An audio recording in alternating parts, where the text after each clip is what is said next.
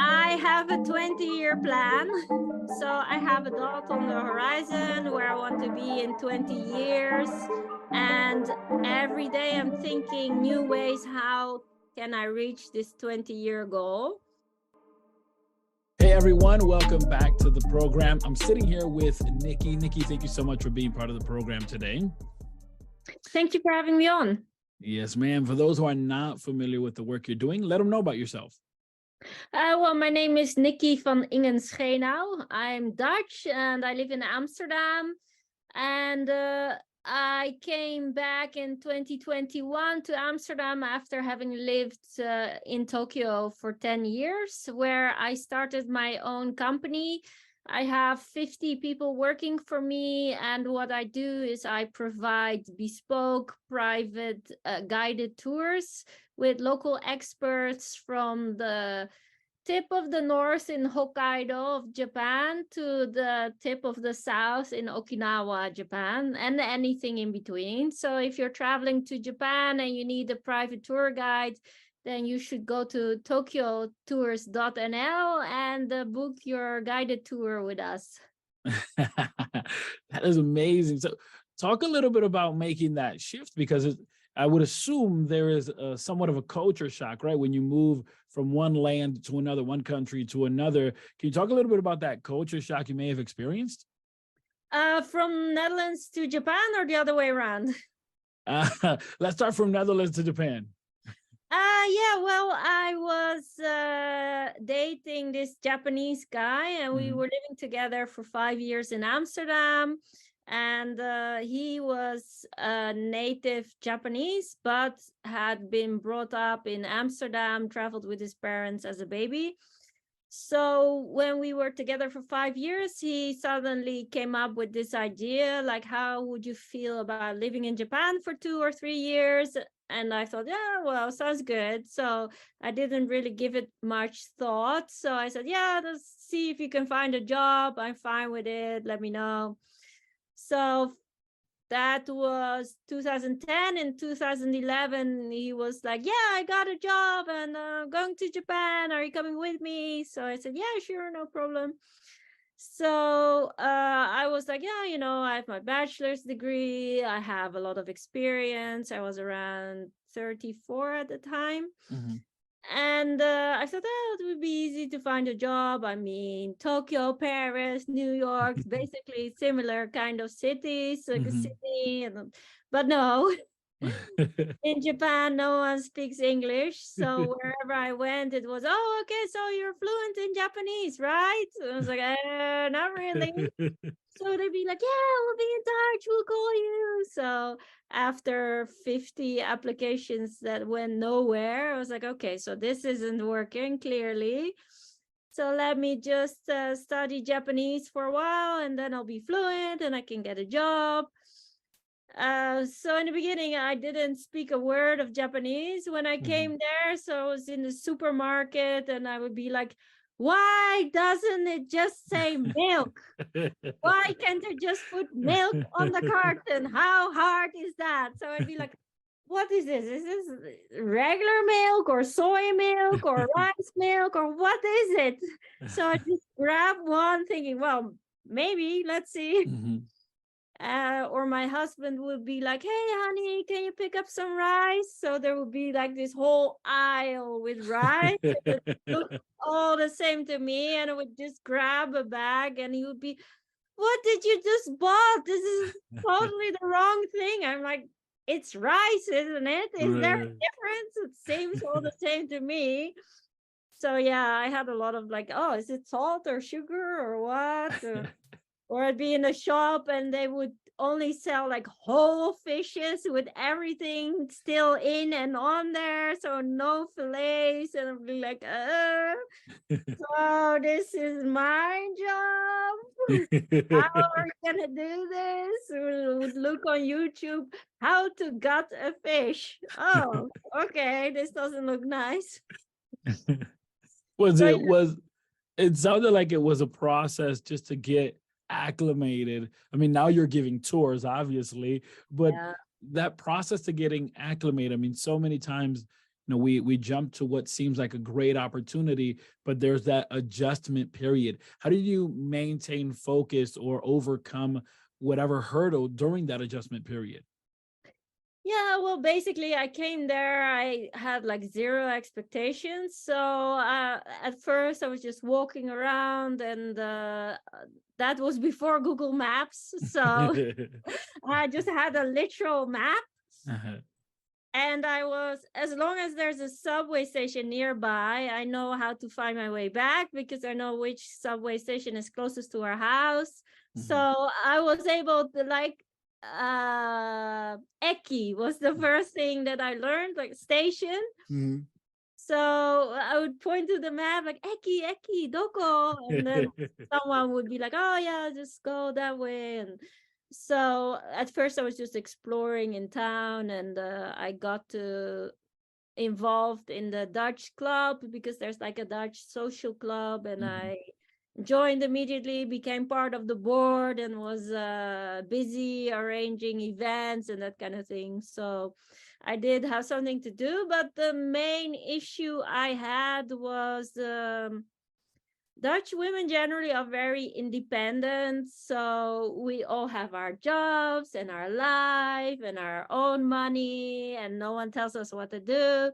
So I was there, I had no money, I had no job. Like, if you meet someone, the first question they ask is like, so what do you do? And I would be like, nothing, housewife, studying Japanese. Walk around. I'm just gonna grab a drink. I'll catch you later. Like, so it really felt like I had no identity anymore. Like I Mm. wasn't a legitimate person, and no one was interested in even getting to know me. So, yeah, it was a real hard adjustment. And also, we would have these dinners with the friends of my husband, and they would ask me like one question in English. So, how do you like Japan? And then move to the person next to them to start a conversation in Japanese. And everyone was just speaking Japanese the whole time. And I would just be sitting there like, would it be rude if I check my Facebook underneath the table?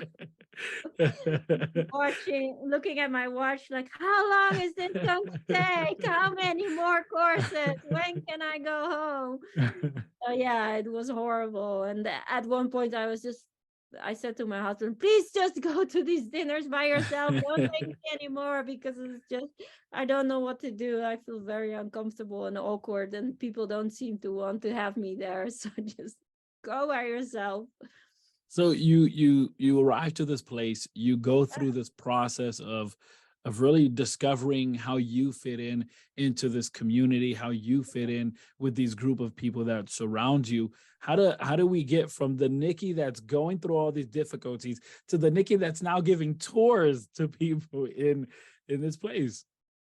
Well, it was actually one small act of kindness that got me there.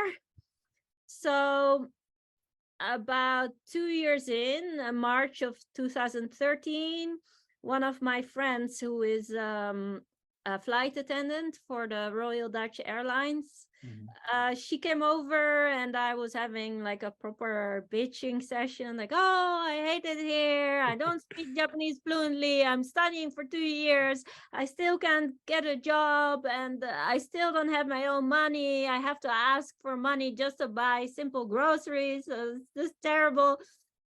And she was like, why don't you become a tour guide?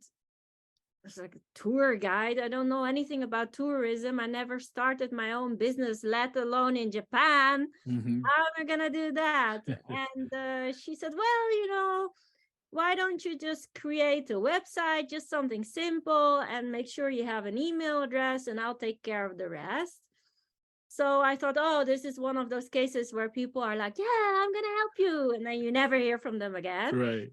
Just to be on the safe side, I created the website and the email address with absolutely zero expectations of anything happening after that.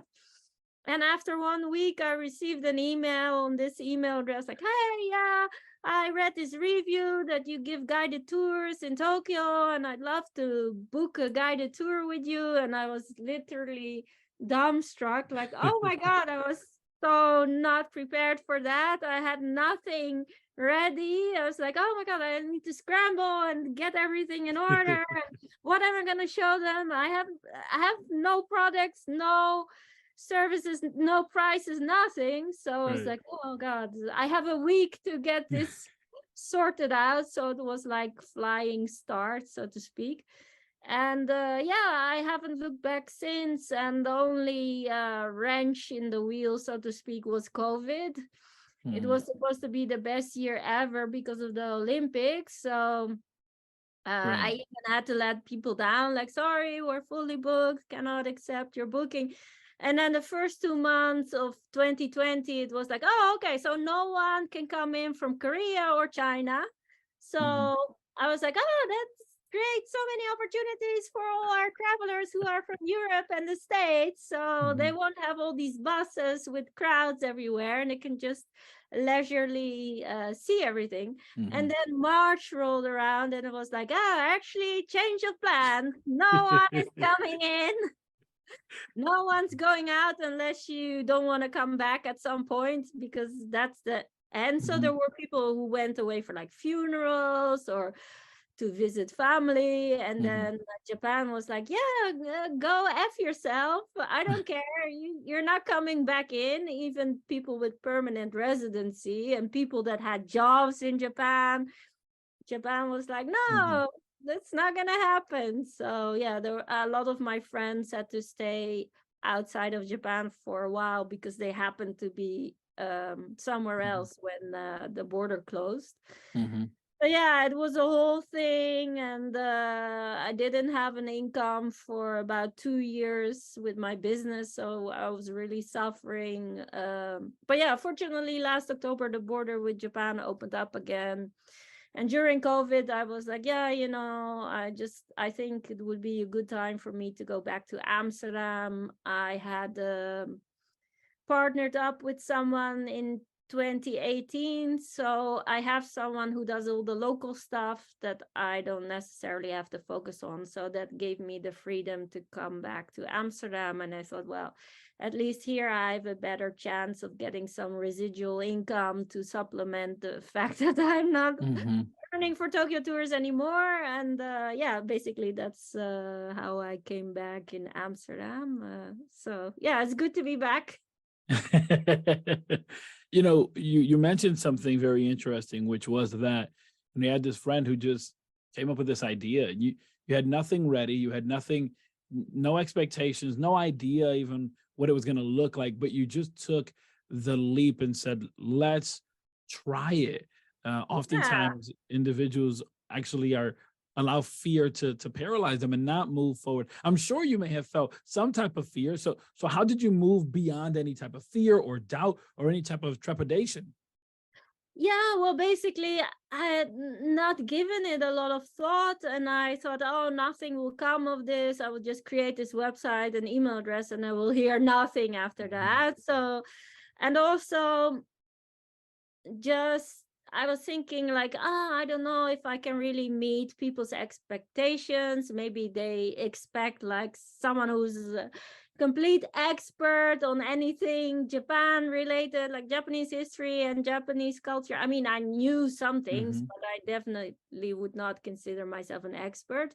So I started out with relatively low prices because I felt that um I was also investing in myself, in learning more about Japan and learning more about the intricacies and like all the stuff that you cannot read in the guidebook. So I could have some added value. So the first year, my prices were exceptionally low because I felt like, yeah, Mhm. it's like a trial period for me too. Do I really want to do this? Do I want to continue with this? What are the reactions? Can I get people to give me a review? That kind of thing. And then actually a couple of months in the summer of 2013, a lady, she emailed me and she said, oh, I see that you do guided tours. Would you consider hiring me? So I was like, Mhm. No, I never considered hiring anybody, but actually that sounds like a great idea because it would be nice to have a day off occasionally. So let's see if we can work something out. And yeah, basically all the best ideas I've ever had were things that just came into my life without me making a conscious decision to do so. My business partner as well. In 2018, I decided that I wanted to sell the company because we were thinking about moving back to Europe. So I talked to one of my employees who had been working for me for several years. And I said, well, I'm thinking about moving back. I'm thinking about selling the company. How would you feel about buying the company from me?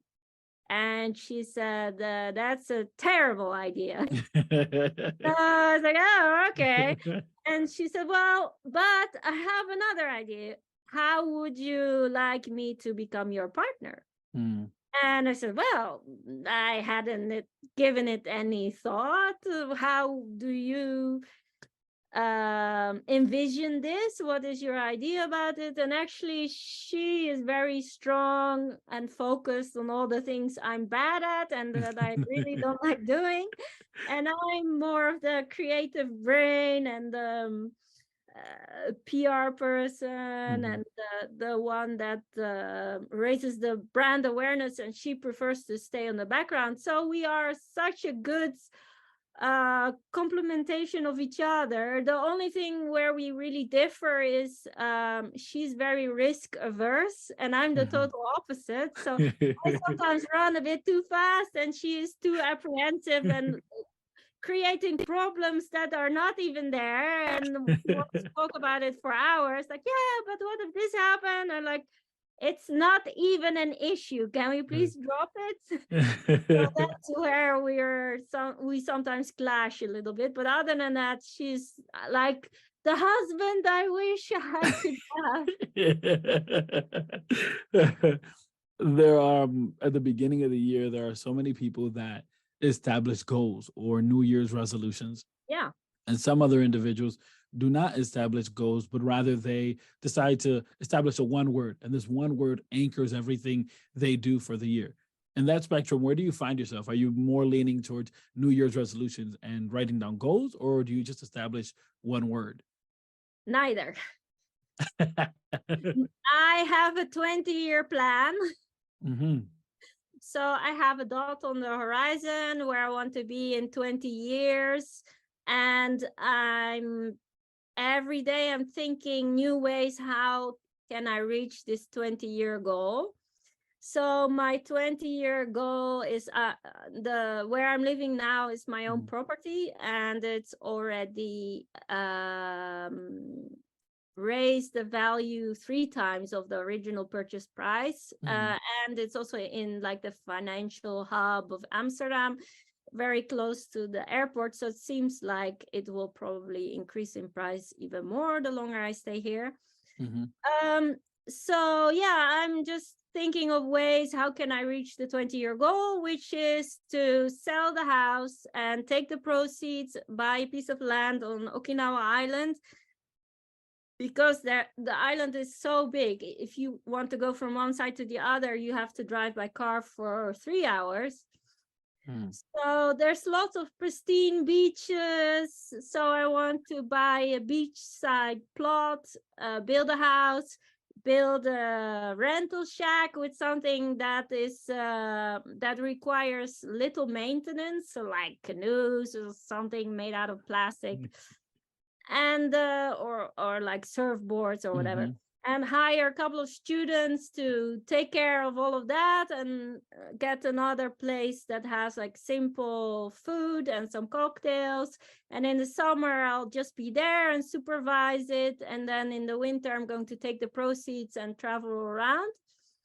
And hopefully I can find a nice person that I can share this dream with, because I'm currently single. So so that is my long-term plan. And so what happens on a yearly basis doesn't really matter that much, because I have this long-term plan. And if today it doesn't work, then I'm going to try something else tomorrow. I basically learned that,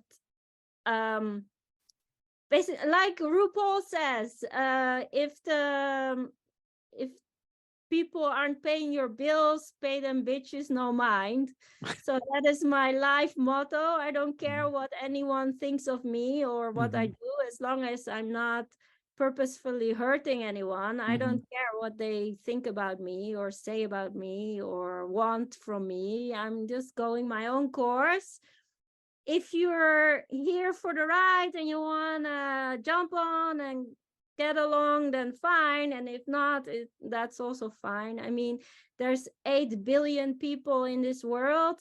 So if something isn't working out, either in a business sense or as a friend or in your love life or relative or whatever, do not get stuck on one idea or one person or one thing. Just move on, and there will be another person or another opportunity waiting around the corner that you just haven't thought of yet. So don't waste your tears and don't waste your time, and things will happen for you. You just need to believe in yourself and just keep going, and good things will come your way. You said that you neither have a yearly goal because you have this long-term vision of where you'd like to be, and so you look for opportunities to move towards that. And it's clear, based upon what you're saying, right? It's clear that you're consistently looking for these opportunities that show up so you can move closer towards that long-term goal. So you neither set these New Year's resolutions nor have a one word that anchors the entire year. My question to you is, if you were to establish a one word that encompassed your entire life's work, what would that one word be? Perseverance. Just keep going. No excuses. You are made for success. And if you keep at it, other people will start noticing, and they will appreciate you for who you are. And if they don't, then clearly they're not worth your time. So move on and find someone who does. So yeah, awesome.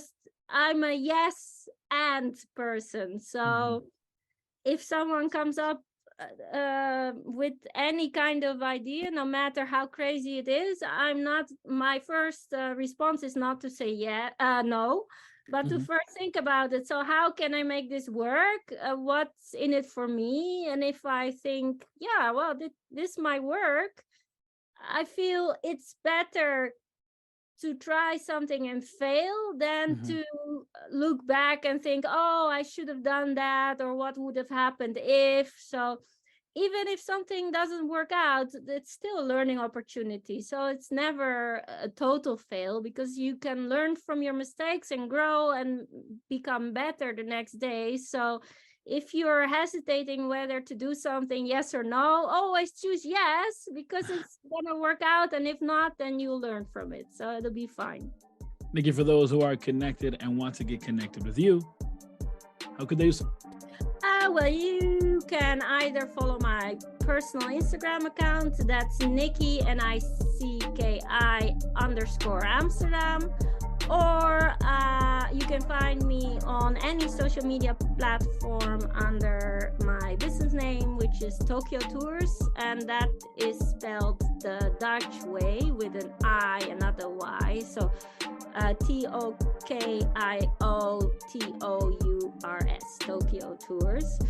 And my website is www.tokyotours.nl, and I'm Nicki at tokyotours.com. I still have the .com website too, but the .nl one is better. So awesome. Nicki, thank you so much for being part of the program. Yeah, thank you for having me on. It's been fun. Yes, ma'am.